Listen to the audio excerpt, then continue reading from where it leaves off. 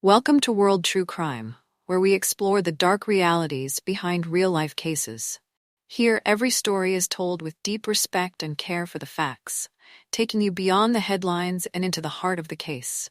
From unsolved mysteries to shocking trials, join us as we uncover the details that shape each investigation.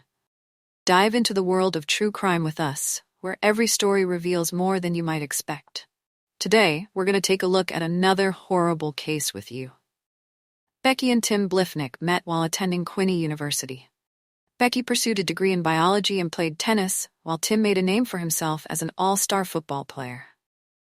Those who knew Tim well described him as a fun, goofy guy who always greeted people with a hug. His infectious energy and warm personality made him a favorite among his peers. On the other hand, Becky's friends described her as a happy person who lit up a room just by her presence. Her positive energy and radiant smile made her instantly approachable. Because Becky and Tim were both attractive people, they seemed to complement each other perfectly.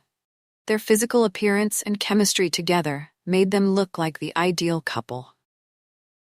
2 years after graduating from Quincy University, Becky and Tim decided to embark on a new chapter in their lives by getting married. As a practical couple, they prioritized saving money over extravagant expenses. Tim chose not to buy Becky an engagement ring and didn't plan a lavish honeymoon. Following their wedding instead, they decided to invest their savings in a down payment for their first home. Becky's dreams in life included pursuing a career as a doctor. However, she ultimately decided against following this career path. While she had a genuine interest in medicine, Becky felt a strong calling towards motherhood. She yearned to experience the joy and fulfillment that came with being a mother. Her dream of becoming a mother came true, and she and her husband Tim had 3 sons. Being a mother was the ultimate joy for Becky, and she cherished nothing more than being a mother to her 3 boys. Becky loved spending quality time with them and watching them grow and thrive. As the boys grew older, Becky chose to pursue her dreams and aspirations. She decided to go back to school and obtain a nursing degree. Tim Bliefnick had always been a performer, from his days in community theater in Quincy to his hilarious social media video. Tim had a knack for captivating audiences with his wit and charm. In 2008, he decided to take things further and tried out for American Gladiators. While he didn't make the cut to compete on the show, he did manage to reach the final round of auditions with an insatiable drive for attention.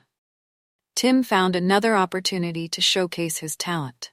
In September 2019, the producers of Family Feud reached out to him, inviting him and his family to participate in the popular game show. However, Becky's nursing school commitments prevented her from joining him on the show. Determined to make the most of the opportunity, Tim rallied his family, including his parents and brothers. The premise of Family Feud revolves around 2 teams of family members or friends competing against each other by guessing the answers of a survey of 100 people. Provided Steve Harvey, the host of the popular game show. Family Feud asked Tim what he thought the most popular answer was to the question, "What was the biggest mistake you made at your wedding?" Tim, known for his witty humor, shocked Steve Harvey and the audience with his response. Tim replied, "Honey, I love you," but said "I do." This statement caught everyone off guard and laughter filled the studio. Despite the unexpected nature of the response, it was ranked second on the scoreboard, earning points for Tim and his family. The Bliefnick family went on to participate in Family Feud for a 3-episode stint, ultimately winning a total of $20,000. This amount was divided among the family members, with each member receiving an equal share. However, there was one notable exclusion. Tim did not share any of the winnings with his wife Becky. Despite Becky and Tim's years of marriage, their relationship had begun to strain.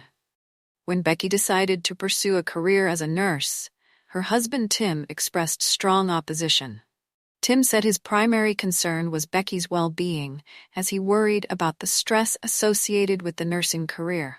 He believed that Becky had difficulties managing her patients and stress levels when it came to their children, and he wondered how this would affect her job performance. However, Becky's friends had a different perspective on Tim's opposition.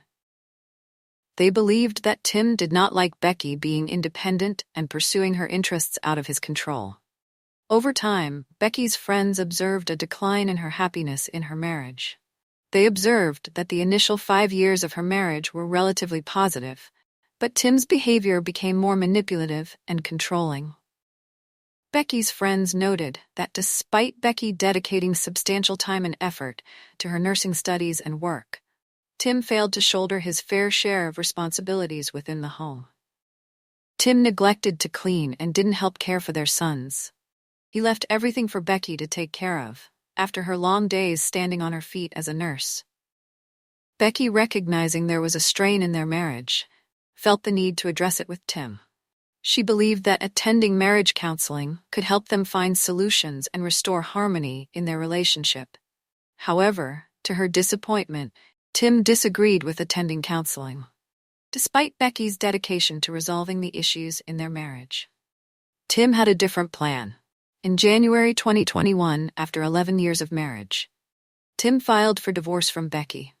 This decision surprised Becky, as she had shown determination and commitment in trying to save their marriage.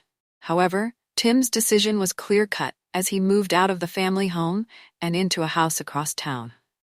Tim said that the reason behind his decision was a change in Becky's personality after becoming a nurse. He believed that her profession had taken a toll on her, resulting in a noticeable alteration in her demeanor. This change in Becky's personality, according to Tim, had a negative impact on their marriage. The divorce between Tim and Becky proved contentious. Tim and Becky were unable to find common ground, and their communication deteriorated. Both parties fought over various issues, including child custody, property division, and alimony. At a certain point, Tim applied for an order of protection against Becky. In this request, Tim stated that Becky had been stalking and harassing him and referenced an incident where Becky became combative during a verbal fight at a parent-teacher night conference at their son's school. As evidence, Tim produced a video that he had recorded on his phone, which depicted Becky pounding on the door of his car outside the school. However, Becky had a different perspective on the situation. She alleged that it was Tim who was engaging in the harassment. Becky shared her concerns with several of her friends through text messages. In these texts, she detailed various incidents where Tim screamed in her face, shoved her in front of their sons, and even thrown things across the room. In a particularly distressing text to one friend, Becky expressed her belief that Tim had serious mental health problems, and that he was becoming more vengeful and unpredictable after one of Becky's co-workers was murdered by her partner. Becky became increasingly fearful for her safety. She began to believe that Tim, her partner, was capable of committing a similar act against her. As a result, Becky texted her sister saying that if any harm were to befall her, Tim would be the #1 person of interest. Becky's concerns were fueled by the fact that she feared that Tim would resort to drastic measures to separate her from her children. The text message left Becky's sister deeply concerned for Becky's well-being. She knew that Becky's fears were valid, and that she needed to seek assistance in an effort to protect Becky's life. Her sister implored her to visit a domestic violence resource center. Eventually, Becky decided to file an order of protection against Tim in her request. Becky claimed that Tim had entered her home without permission and had falsified their interactions. As a judge reviewed Tim and Becky's orders of protection, he determined not to grant either one. The judge ordered Tim and Becky to stay away from each other's homes, except when they exchanged custody of their children.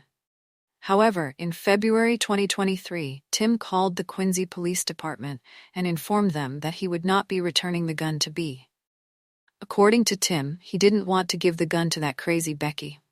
On February 22, 2023, Becky and Tim's 3 sons, aged 12, 10, and 5, were spending the night with Tim at his home 1 mile from where Becky was living.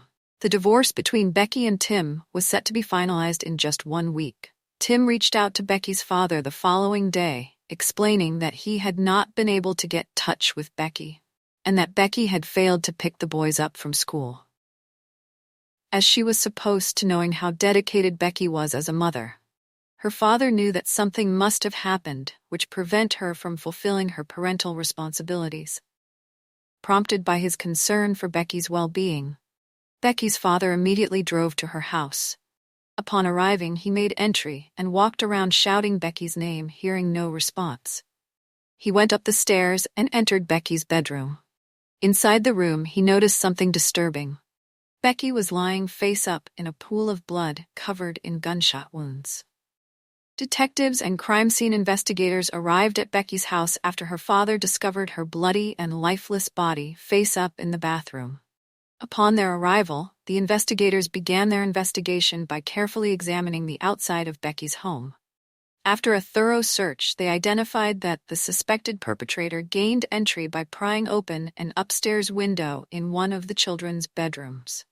This discovery led them to believe that the suspect utilized a patio chair to facilitate their entry into the house and climb up to the roof. Investigators followed the path they believed the suspect had taken. They walked towards Becky's bedroom, where the door appeared violently kicked down or broken. The broken state of the bedroom door indicated to the investigators that the suspect had forcibly entered the room. It's most likely searching for Becky. Evidence suggested that Becky had attempted to barricade herself in the bathroom, but the suspect had followed her and caught up to her. However, the suspect followed her and caught up to her, ultimately shooting her inside the bathroom. The investigators, while conducting their search around the bathroom where Becky's body was found, stumbled upon her cell phone. Upon examination of Becky's phone, they discovered that she had dialed 91126 at 1:11 a.m. This discovery led the investigators to form a theory about what had happened that night. They believe that as the suspect was chasing her through the house, she desperately tried to call for help, but mistakenly dialed the wrong number. Before Becky had a chance to try to call 911 again, the investigators thought the suspect knocked the phone out of her hand. Because the misdialed call occurred at 1:11 a.m., investigators believed that Becky was likely killed around that time. However, when officers canvassed Becky's neighborhood, no one recalled hearing any noises around that time. The lack of witnesses raised suspicions among the investigators, as Becky had suffered multiple gunshot wounds, making it unlikely for someone not to have heard something.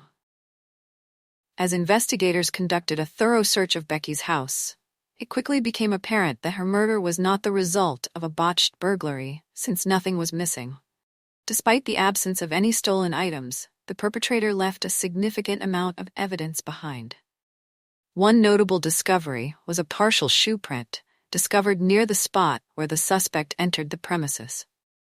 The shoe print could help identify the make and model of the footwear worn by the suspect and provide details about the size and shape of their feet. Furthermore, the investigators stumbled upon 8 9mm shell casings at the scene. Additionally, the investigators noticed small pieces of shredded plastic scattered across the floor near Becky's body. With all these pieces of evidence collected, the investigators were uncertain what to make of their findings. Therefore, they decided to send the CED evidence to forensic laboratories for analysis. Detectives wanted to find out if any of Becky's neighbors had security cameras outside their homes. One neighbor in particular had installed a camera on the side of their house after their car had been broken into 1 year earlier. This camera was directed towards the neighbor's driveway, which shared a boundary with Becky's home. The camera's function was to turn on and alert the neighbors whenever movement was detected. Unfortunately, on the night of Becky's death, the camera was unable to record anything significant. However, further investigation revealed that the camera had captured something unusual the previous day at 1:05 a.m. The day before Becky was killed, the camera captured a person walking down the driveway toward the back of Becky's house. Approximately 48 minutes later, the same individual was observed walking in the opposite direction. Becky's neighbor's camera had also recorded a similar incident about a week earlier on February 14th. After Becky's neighbors noticed a dark-clad figure lurking around her house on their security camera footage on Valentine's Day. They wasted no time in informing her. The neighbors said she became paranoid once they informed Becky about the mysterious figure. although Becky told her neighbors she didn't see anyone on her property. She heard voices in her backyard the night before, which scared her. Because of the security camera footage from Becky's neighbor, officers searched the rest of the neighborhood to find more footage showing this dark-clad mysterious person. Officers found videos from a house in the Quinney bus barn, and that footage showed a person on a bike, dressed in dark clothing, riding toward Becky's house. These videos showed a person riding a bike, dressed in dark clothing, consistent with the description of the mysterious person seen in the driveway footage. After detectives had analyzed the recorded times of the videos, they began to suspect that the person seen on the bike was the same person seen in the footage from Becky's driveway. Although Becky's neighbor's security camera did not capture any footage of the mysterious person on the night of her murder, officers stumbled upon footage of a person on a bike riding in the direction of Becky's house right before and after the incident. The person in this footage matched the description of the person seen lurking in Becky's driveway in the days prior to her murder, even though the video evidence proved to be helpful in the investigation into Becky's murder. It did not provide a significant amount of information. Due to the poor quality of the footage, the detectives were unable to identify the person depicted in the video, as the image was grainy and made it difficult to determine if this person was male or female. However, one noticeable aspect of the video that stood out to the detectives was the bike the individual was riding. They observed that it did not appear to have reflectors on the wheels. When Becky's sister heard that she was murdered, only one person came to mind as a suspect: Becky's estranged husband, Tim Bliefnick. Becky's sister, who had a first-hand account of the contentious divorce between Becky and Tim, shared this information with the detectives. Working on her sister's case with this information, the detectives began to consider Tim as a suspect in Becky's murder. The timing was especially significant as Becky's murder occurred 1 week before they were supposed to finalize their divorce. As the investigation into Becky's murder continued, investigators made a crucial discovery: a bike lacking reflectors on its wheels, which matched the one seen on the security camera footage only a block away from Tim Bliefnick's house. This discovery intensified the suspicion surrounding Tim, prompting the detectives to obtain a search warrant for his residence. When the police executed the search warrant, Tim was compliant and respectful throughout the search. He willingly stood outside his home, accompanied by the officers, as investigators looked through his belongings. On March 13, 2023, 2 weeks after Becky was murdered, Tim was arrested and charged with her murder. After Tim was arrested, his mugshot became public, and his appearance shocked Becky's family and friends. What they saw in the mugshot was a far cry from the clean-cut man they once knew. Instead, they saw a disheveled, uncombed person who appeared in poor physical condition. To many, Tim's appearance reflected the effects that the divorce had on him. His once well-maintained appearance had deteriorated, with unkempt hair and messy clothing. Friends and family members speculated that the divorce had taken a toll on his physical and mental well-being. However, Tim had a different explanation for his changed appearance. He claimed that he was growing his hair out for charity. According to Tim, he was participating in an awareness campaign to support cancer research. Because of Tim's appearance on Family Feud and his bizarre response about wishing he had not married his wife. When he was arrested for murdering his wife, the clip went viral. Many saw Tim's remark as an eerie foreshadowing of what was to come. They argued that the bizarre response on Family Feud served as an eerie indicator of Tim's true intentions and feelings towards his wife. Some even labeled it as a warning sign that something sinister was brewing within their relationship. The investigators thoroughly examined Tim's phone and discovered he had created a Facebook account under the name John Smith. Through their investigation, the detectives learned that Tim was searching for a bicycle on Facebook and found a blue Schwinn without any reflectors on the wheels. This discovery was intriguing, as it matched the description of a bike found abandoned 1 block away from Tim's residence. Despite the strong case against Tim, the detectives encountered a significant challenge when arrested.